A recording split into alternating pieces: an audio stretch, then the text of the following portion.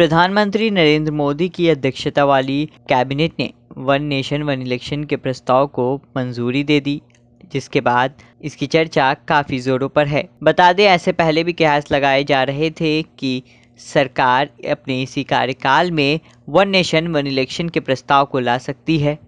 वहीं अब कैबिनेट की ओर से इसको मंजूरी मिल चुकी है।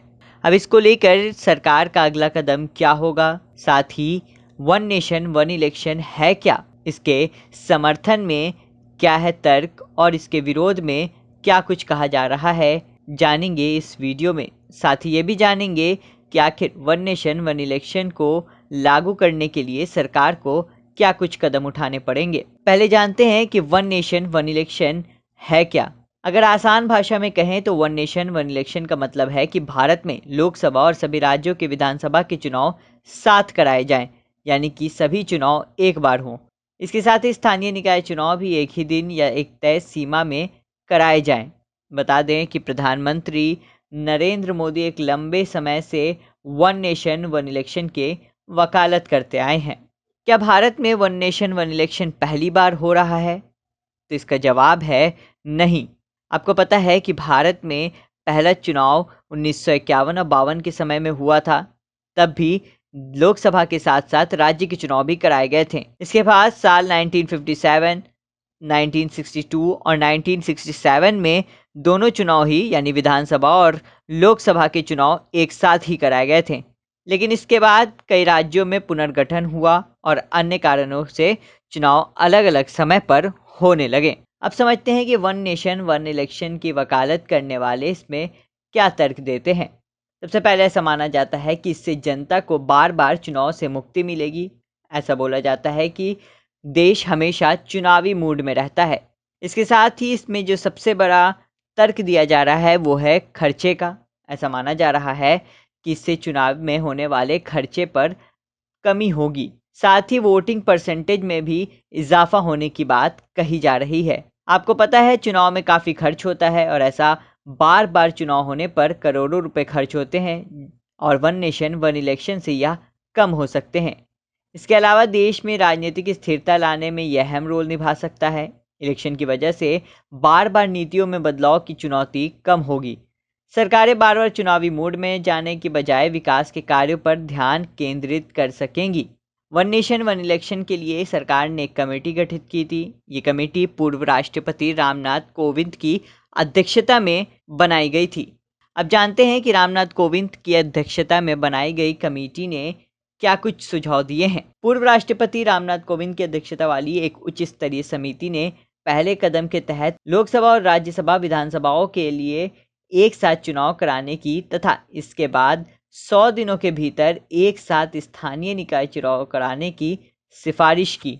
इस समिति ने अपनी सिफारिशों में कहा कि त्रिशंकु स्थिति या अविश्वास प्रस्ताव या ऐसी किसी स्थिति में नई लोकसभा के गठन के लिए नए सिरे से चुनाव कराए जा सकते हैं। समिति ने कहा कि लोकसभा के लिए जब नए चुनाव होते हैं तो उस सदन का कार्यकाल ठीक पहले की लोकसभा के कार्यकाल के शेष समय के लिए ही होगा।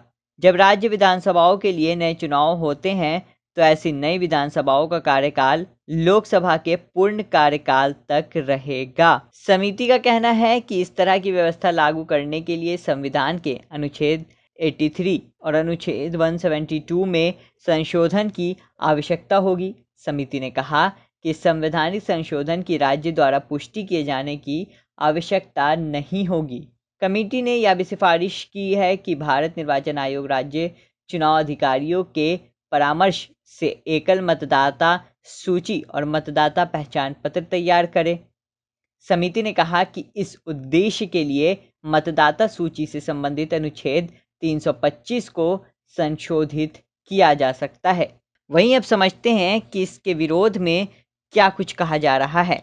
इसके विरोध में कुछ राजनीतिक दल, खासकर क्षेत्रीय राजनीतिक दलों का ऐसा मानना है कि इसका सीधा सीधा फायदा राष्ट्रीय स्तर की पार्टियों को होगा और क्षेत्रीय दलों को इससे खासा नुकसान होगा। उनका मानना है कि क्षेत्रीय दल इस तरह के चुनाव के लिए तैयार नहीं है। अगर वन नेशन वन इलेक्शन की व्यवस्था की गई तो राष्ट्रीय मुद्दों के सामने राज्य स्तर के मुद्दे दब जाएंगे।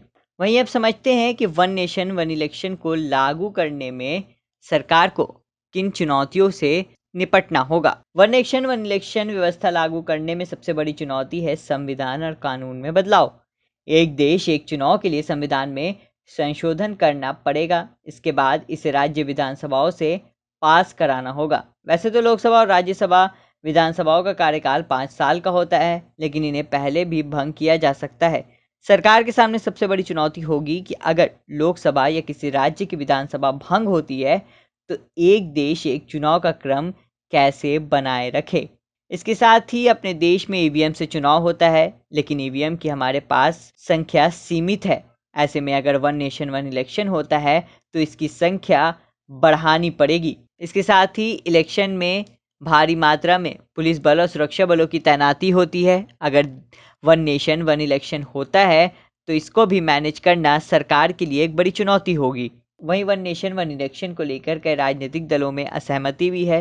रामनाथ कोविंद की अध्यक्षता में गठित की गई कमेटी ने सभी राजनीतिक पार्टियों से इस पर राय मांगी थी, जिनमें से कुल 47 राजनीतिक दलों ने अपने विचार दिए थे, जिनमें से 32 राजनीतिक पार्टी इसके सपोर्ट में थी। वहीं 15 राजनीतिक दलों ने इसका विरोध किया था।